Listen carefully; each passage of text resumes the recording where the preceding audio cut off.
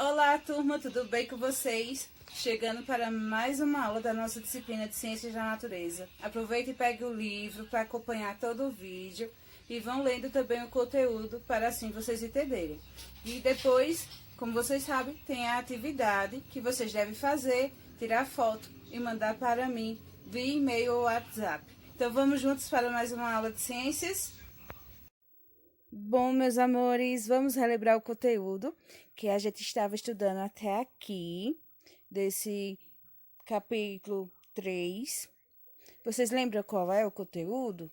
Então, a gente vai estar revisando as ameaças aos ecossistemas. Ecossistemas terrestres, ecossistemas aquáticos, que vocês podem perceber aí a partir da imagem, né? Aí a gente tem a junção, né? A união de dois ecossistemas, aquático e terrestre. Então, quando o ser humano, fala em ameaças aos ecossistemas, tanto aquático como terrestre, significa que existem ações que podem trazer prejuízos para os diversos seres vivos, tanto no aspecto de vegetais, como também de animais, e que isso pode também trazer prejuízos para nós seres humanos que estamos dentro desses ecossistemas. A gente não pode esquecer isso. Então, a gente vai estar vendo que as ameaças aos ecossistemas, eles podem ocorrer devido à ação natural, ou seja, de fenômenos da própria natureza, como furacões, secas, terremotos, tempestades, erupções vulcânicas, entre outros, bem como os realizados pelo ser humano, que está no consumo exagerado de recursos naturais, se daquele tempo correto para o meio ambiente se recuperar, a produção excessiva de materiais que vão ser transformados em lixo, e esse lixo provavelmente é descartado no ambiente, né, no meio ambiente, no solo, a poluição do ar, do solo e água, bem como práticas de queimadas, desmatamento, o agravamento dos processos erosivos, entre outros. E daí que surge a perspectiva do desenvolvimento sustentável, para não prejudicar os ecossistemas, buscando o desenvolvimento de maneira consciente e como responsabilidade de todos, com o intuito de extrair da natureza recursos que vão ser utilizados para a produção de materiais, possibilitando a geração de renda, dando o tempo para a natureza se recuperar e visando as próximas gerações que também vão habitar o nosso planeta e que precisa de condições para isso. Ou seja, as próximas gerações precisam de quê? Precisa de água, precisa de um ar limpo, sem poluentes, assim como o solo, alimentos. Então, tudo que a gente precisa hoje para nos mantermos vivos, as próximas gerações também vão precisar. Vão precisar de geração de renda para poder ter um benefício no aspecto financeiro, para poder realizar seus desejos e ter uma vida em todos os aspectos, saúde, vamos dizer, de forma saudável. Então, tudo seguindo na linha do desenvolvimento sustentável, é pensar no aspecto do meio ambiente, no meio social, que vai trazer benefícios para toda a sociedade, bem como no aspecto da natureza se recuperar, e assim o financeiro, já que a gente precisa de dinheiro também para o custeio de algumas atividades e manutenção da nossa própria vida.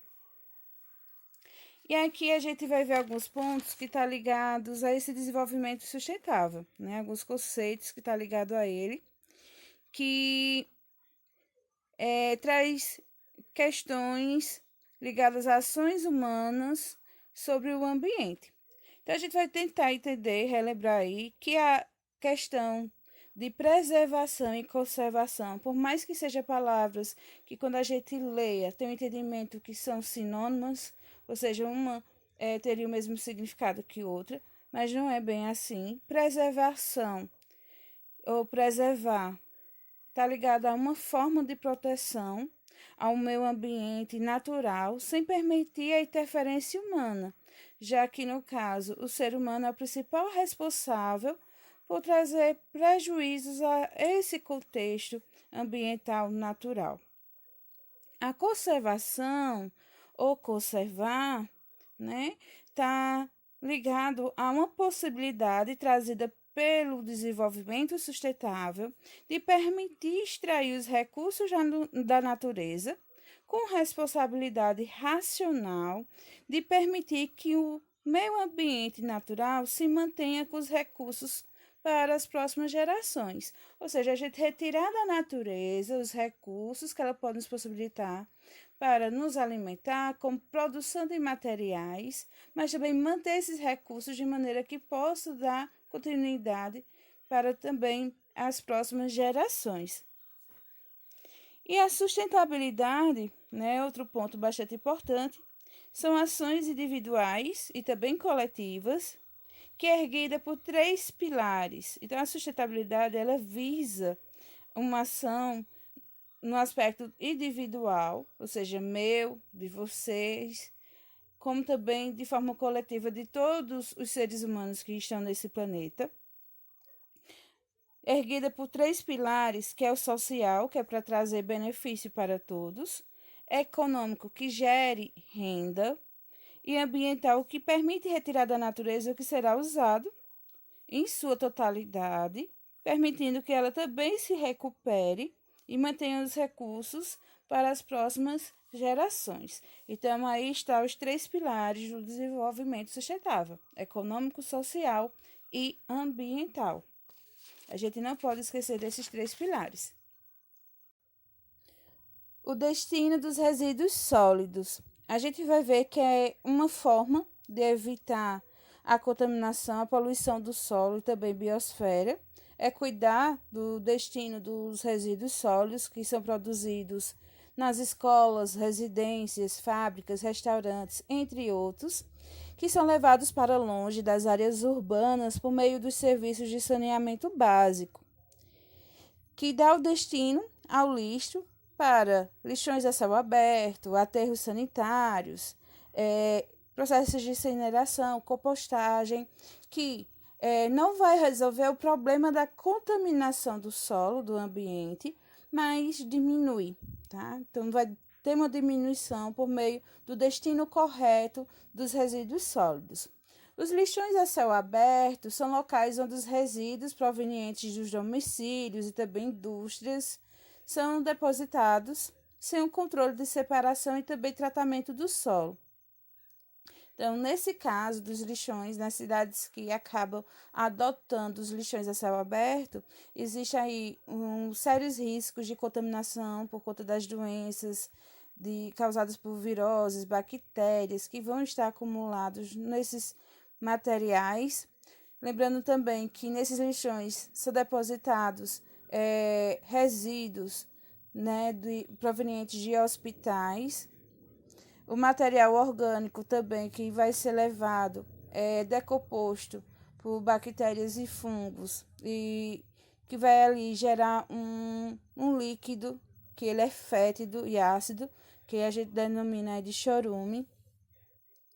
E esse caldo, esse chorume, ele pode se filtrar no solo e gerar aí danos às águas do subsolo, de rios e alguns lagos próximos a esses lixões. Então, no caso dos lixões a céu aberto, a gente percebe que não existe uma maneira adequada, existem aí sérios riscos para o solo e para a vida humana. Já o aterro sanitário, não. O aterro sanitário é uma forma, vamos dizer, uma das medidas que pode evitar a contaminação do solo e das águas do subsolo. É feito buracos no solo. Esses buracos ele é recoberto por um material impermeável. E aí, no caso, é colocado o lixo, né, os resíduos sólidos, coberto por terra e vai amassando esse material. E aí, esse processo ele vai sendo repetido várias vezes em forma de camadas, uma sobre a outra. E nesse processo também existe a forma de drenar o chorume, que é o excesso do líquido proveniente do lixo, e também o tratamento dos gases produzidos.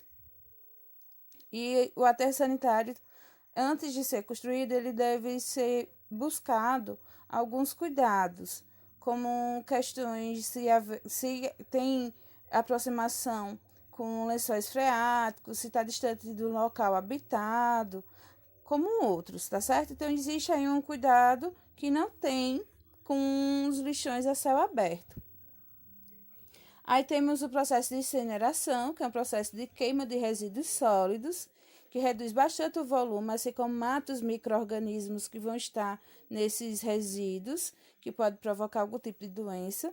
Mas é um processo que é muito caro por conta de equipamentos especiais para filtrar a fumaça resultante da queima. Então, é aí uma questão que é caro, mas também, se a gente for ver, traz vários benefícios.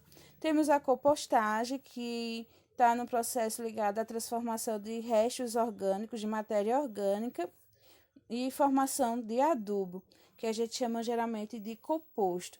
Que aí, essa compostagem vem de cascas de frutas, folhas, galhos, a casca de ovos, como vocês estão vendo aí na imagem. Então, cada um desses processos do destino dos resíduos sólidos está ilustrado aí no slide para vocês perceberem. A extração de minérios é uma atividade fundamental para o desenvolvimento econômico de qualquer país. Os recursos extraídos dessa atividade de extração de minérios permitem a fabricação de diversos materiais, como tecidos domésticos e produtos tecnológicos, mas esse processo de extração também gera prejuízos à natureza, quando suas ações não são bem planejadas. Então, isso pode gerar impactos quando não é bem planejado a extração dos minérios. Impactos no solo, na água, no ar, principalmente no aspecto de poluição sonora, que vai gerar aí prejuízos desses tipos de poluição, tanto para a vida animal como também vegetal, ou seja, para a fauna e flora. O impacto da erosão. A gente vai entender aí o que é a erosão, que é um processo que se dá por meio do intemperismo, que desgasta o solo por fatores físicos e químicos do ambiente. Mas a erosão é um processo que a gente vai perceber que ela desgasta as rochas, mas também transporta as partículas dessa rocha para outras áreas. É um fenômeno de ordem natural bastante importante, principalmente para a formação do solo, que aí a gente depende dele para fazer as plantações dos alimentos que a gente vem a consumir. Mas, no entanto, nós, seres humanos, vemos tendo práticas que aceleram, né? Acelera os processos erosivos. E existem alguns tipos de erosão, que temos aí o pluvial, que é causado pela água da chuva, que desgasta o solo quando não tem vegetação para proteger. Temos a erosão fluvial, que é causada pela água dos rios, quando não tem vegetação nos leitos e margens dos rios. Eles acabam sendo desgastados pela força da água. Temos a erosão eólica, que é ocasionada pela ação do vento, que provoca o desgaste das rochas por intemperismo, assim como transporta sedimentos para áreas distintas e distantes. Temos também a erosão marinha, que é causada pela água do mar, que provoca o desgaste de rochas e solo litorâneo. Então, muitos desses processos erosivos o ser humano pode acelerar, principalmente quando ele retira a vegetação, que é o que a gente vai estar vendo agora, é um dos procedimentos que está ligado ao agravamento causado pelo ser humano. Então, a extração da vegetação traz diversos prejuízos, principalmente para moradores que constroem suas casas em encostas, pois as plantas, né, ela tem uma grande importância porque ela diminui o impacto da chuva sobre o solo, como também as raízes seguram as partículas do solo. Então, sem isso, ou seja, sem as plantas, sem a vegetação, quando chove, o acúmulo de água que se filtra e também força da água faz o processo de erosão, né, nessa parte aí das encostas, e vai levar o solo embora. E aí causa alguns acidentes, como desabamentos, como a gente está vendo aí na imagem. Então, quando em cidades grandes que a gente vê na televisão desabamentos ocorrendo, né, das encostas, é por conta da falta de vegetação ali, porque a vegetação ela diminui o impacto da chuva no solo, bem como segura as partículas do solo. Então, sem vegetação a gente tem vários prejuízos. E isso é tudo agravado nesses processos erosivos por conta da ação humana. E aí a gente vai ver os efeitos do desmatamento, né? O desmatamento se trata do processo em que é removida a cobertura vegetal.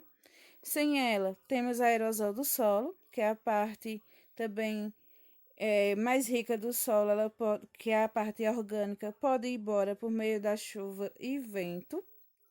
Causa assoreamento em rios, ou seja, quando não temos uma parte com vegetação, é, as partículas de solo vão para dentro de rios e lagos, diminuindo assim a sua profundidade, e quando chove, né, em excesso, acaba acontecendo as enxuvadas, né, as enxurradas, na verdade, as enxurradas. E aí gera alguns prejuízos, principalmente para as pessoas que moram perto dessas áreas. E o desmatamento também pode ocasionar o risco de desertificação, principalmente em áreas que são semiáridas ou áridas já. Então, por exemplo, aqui no Nordeste, em áreas que tem a parte semiárida, a partir do momento que a gente fizer muita extração de vegetação, a gente pode tornar esse ambiente árido. A gente, com o desmatamento, acaba também aumentando a temperatura do ambiente, já que não há tanta transpiração, níveis de transpiração de umidade das plantas para o ar, para o ambiente. E também a alteração climática, os níveis de chuva também podem diminuir devido ao desmatamento. Temos as queimadas, né? As queimadas também aí é um processo que às vezes é utilizado por atividades agrícolas, porque alguns agricultores têm a ideia de que queimando as pastagens, né, as áreas que ele plantou, vai deixar o solo mais rico em nutrientes. Isso pode acontecer em 1 ano, 2 anos, mas depois aquele solo vai ficando inviável para a produção. Então, com essa parte de queimadas, a gente sabe que tem uma parte que é advinda de ações humanas, mas também tem aquelas que ocorrem de forma natural. De toda forma, os incêndios, né, que são causados, as queimadas, ela gera prejuízos porque vai matar, né, trazer a morte de diversos animais, retira deles o habitat, bem como traz prejuízos aos micro-organismos que estão no solo. O outro ponto que a gente pode ver é a maré negra, né? A maré negra, gente, já é uma alteração nos ecossistemas aquáticos, que se dá pelo derramamento de petróleos ou alguns derivados. E quando atinge diretamente alguns animais, pode gerar riscos para eles, afetando e levando até a própria morte. Então, o petróleo ele impede a passagem de luz no ambiente aquático e isso prejudica os seres vivos que realizam a fotossíntese.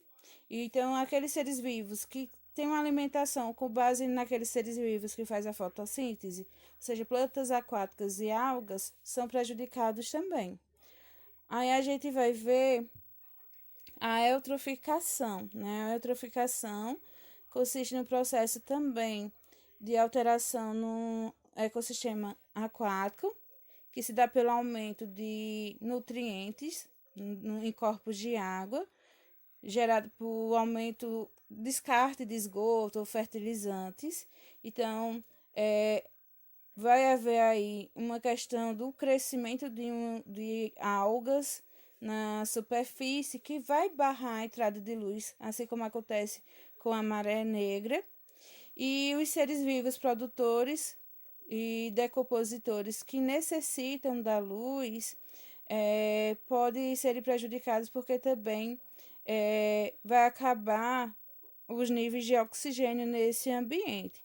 Então, tudo isso é desencadeado pelo descarte de esgoto e também fertilizantes nesse ambiente, corpos de água. Então, as algas acabam fazendo aí uma barreira também que gera prejuízos tanto para os decompositores como também para as plantas aquáticas.